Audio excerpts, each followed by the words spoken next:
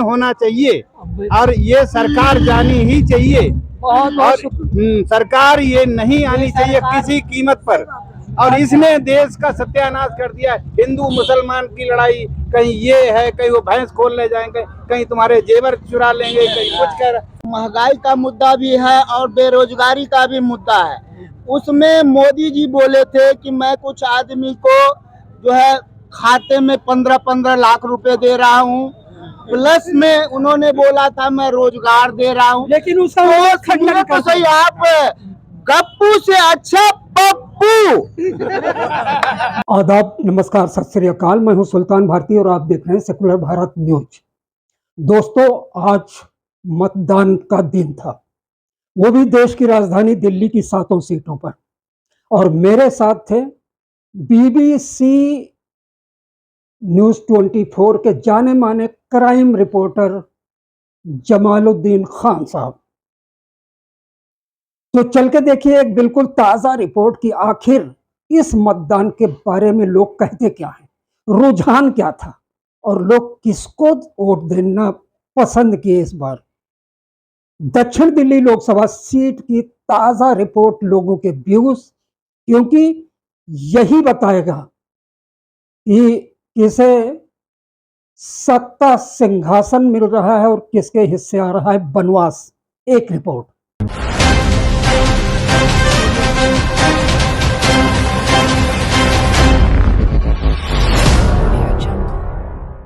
जी, कैसे चल रहा है? अरे बहुत बढ़िया, बहुत बढ़िया। 101% साई राम जीत रहे हैं भाई, नारा तो लगा हुआ है अब की बार 400 पार। अरे 400 पार नहीं, 4 दिन पार। 4 दिन पार? हाँ, 4 जून पार, ये बता रहे हैं। अच्छा, 4 दिन पार। इसके बाद में जी, आपको तो कई बार संगम बिहार में मैं देख चुका हूँ। शायद सलीम खान नाम है आपका?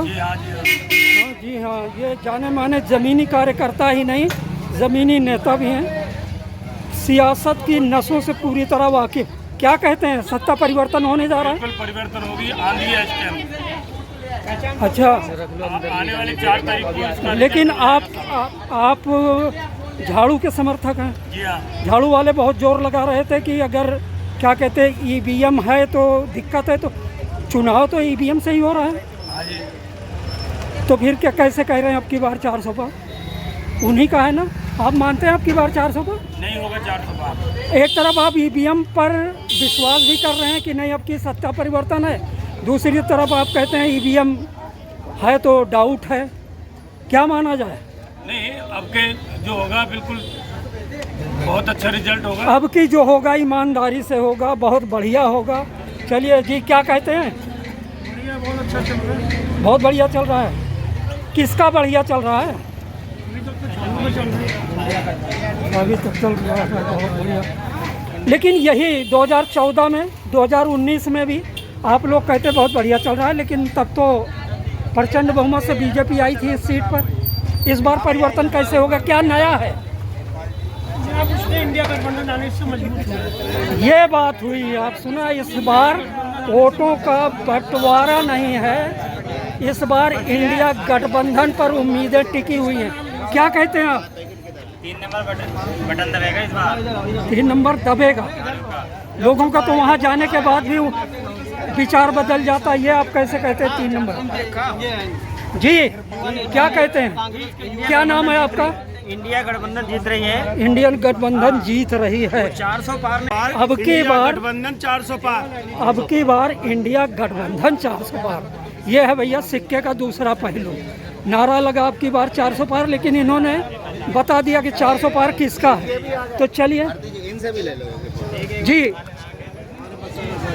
जी बताइए। वैसे तो आप देखने से ही नेता लगते हैं, तो लगता है किसी पार्टी के ही समर्थक होंगे। आप किसी पार्टी के समर्थक या सामाजिक कार्यकर्ता? देश के समर्थक हैं।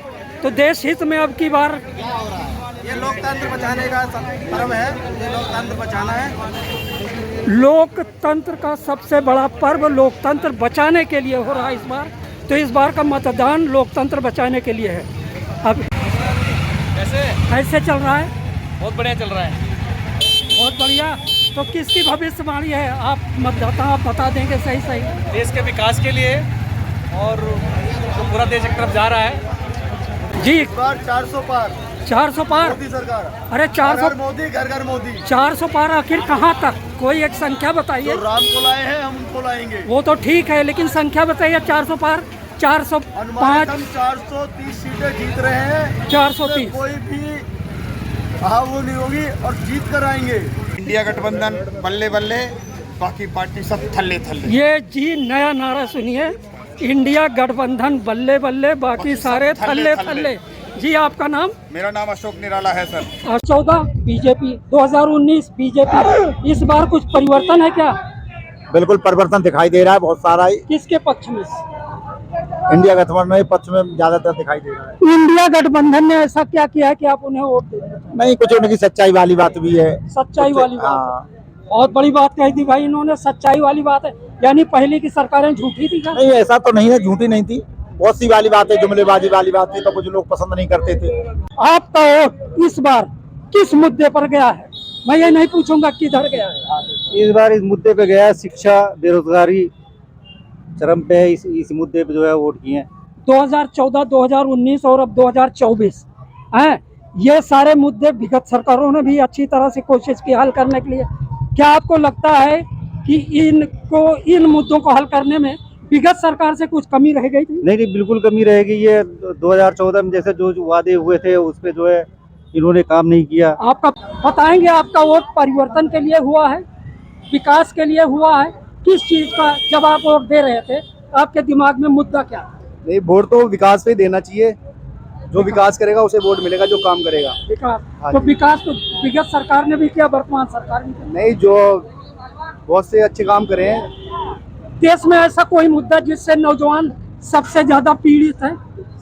पीड़ित क्या, सबसे मतलब ये है कि अपने जो युवा लोग हैं वो पढ़ाई लिखाई पे ज्यादा ध्यान दे रहे हैं इस समय, और पढ़ लिख रहे हैं, अच्छे स्कूल मिल रहे हैं। तो इसमें अच्छा तो खाना कोई पीना सरकार मिल रहा है। बाधक नहीं है नहीं पढ़ाई सरकार, लिखाई में? नहीं, अच्छा चलिए। अच्छा सब इंतजाम है। ठीक है। जिसके लिए मोदी आपने- सरकार में मोदी जी ने कोई अच्छा काम नहीं किया। सारे देश की सारी सरकार ने रेल बेच दी, सब कुछ बेच दिया, हवाई अड्डा बेच दिया, सब कुछ बेच दिया।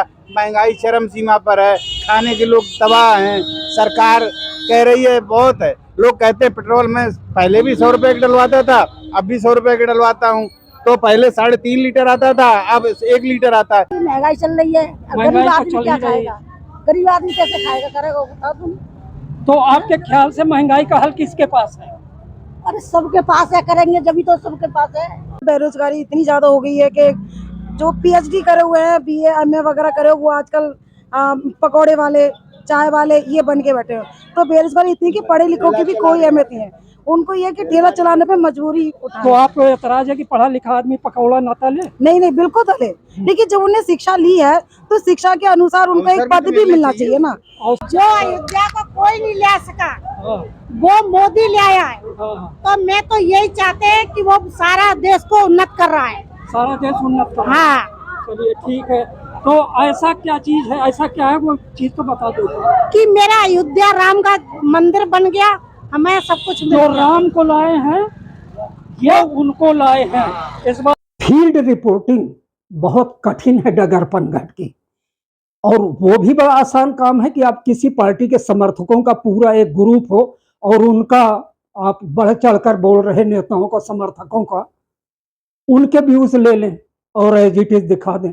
लेकिन कल्पना कीजिए उस स्थिति का जब आप किसी एक पार्टी के समर्थकों का व्यूज ले रहे हों और अचानक विरोधियों का पूरा एक ग्रुप आ जाए वहां पे, वो अपनी पार्टी का बढ़ चढ़कर बात समर्थन करने लगे और ये अपनी पार्टी का। पत्रकारिता एक तरफ और अखाड़े का मुहाज खुल जाता है वहीं पर। आज कुछ ऐसा ही हुआ दक्षिण दिल्ली सीट पर, लेकिन टकराव होते होते दोनों पक्ष के नेताओं के समझदारी से बच गया। हाथ कंगन को आरसी का देखिए ना भैया। 2014, 2024 से कितना अलग हटके हो रहा है। देखिए, आज की जो चुनाव है तो 2014 में हुआ और 19 में हुआ, वो चुनाव 2024 का चुनाव अलग हटके हो रहा है। और इसमें महंगाई का सबसे बड़ा मुद्दा है और संविधान बचाने का मुद्दा है। तो हम लोग जो भी हैं, जो इसमें संविधान को मानने वाले लोग हैं, उसके ऊपर जा रहे हैं, संविधान को बचाने के काम कर रहे हैं। और जो महंगाई का मुद्दा, सबसे बड़ा महंगाई का मुद्दा है, बेरोजगार का मुद्दा है, उस पर आज वोटिंग हो रही है। जो दिल्ली में आज चुनाव है उसी पर वोटिंग हो रही है। आपने जैसे कहा महंगाई का मुद्दा है, महंगाई का मुद्दा कब से है? 2014 में भी रहा होगा, बीजेपी प्रचंड बहुमत से आई। 2019 में भी रहा होगा, बीजेपी प्रचंड बहुमत में आई। क्या इस बार का रिजल्ट महंगाई का असर पड़ेगा? पिछली बार नहीं पड़ा था। जी बिल्कुल पड़ेगा। इस पे महंगाई का मुद्दा भी है और संविधान बचाने का भी। संविधान बचाने का भी सबसे बड़ा मुद्दा तो संविधान बचाने का, महंगाई का मुद्दा तो विगत 10 सालों में संविधान पर कोई खतरा था? देखिए संविधान को तो ये मिटाने वाले हैं। अच्छा। जो मानता है संविधान को, ये मिटाने वाले हैं। इन्होंने बना के रख लिया है संविधान। चलिए, यहाँ पर कुछ और लोग हैं जी, क्या कहना चाहेंगे? इस बार मुद्दा क्या है? मुद्दा तो वही महंगाई है या बेरोजगारी है। महंगाई है, बेरोजगारी है, और लोगों का कहना है इसका असर पड़ेगा। जी, इसका असर क्या पड़ने वाला मुद्दा क्या है? इस रोजगार है। महंगाई और रोजगार दो मुद्दे हैं। क्या ये 2014 और 2019 में नहीं था? नहीं था। मोदी जी आए तब से ज्यादा है, रोजगार नहीं मिल रहा, नौकरी नहीं मिल रहा। अग्निवीर जो देश की सेवा करते हैं फौजी, उनको 4 साल के लिए रख रहे हैं। जी, शायद आप कुछ कहना चाहते हैं। हाँ, तो महंगाई का मुद्दा भी है और बेरोजगारी का भी मुद्दा है। उसमें मोदी जी बोले थे कि मैं कुछ आदमी को जो है खाते में 15-15 लाख रुपए दे रहा हूँ, प्लस में उन्होंने बोला था मैं रोजगार दे रहा हूँ। लेकिन उसका खंडन तो सही, आप गप्पू से अच्छा पप्पू जी, गप्पू एक नया चीज बता दिया, गप्पू से अच्छा पप्पू। आप क्या कहेंगे? लेकिन आप तो समर्थक सीधे चलिए, कोई बात नहीं, बोलने का ये तो समर्थक नहीं है, ये तो वो अच्छा है मेरा।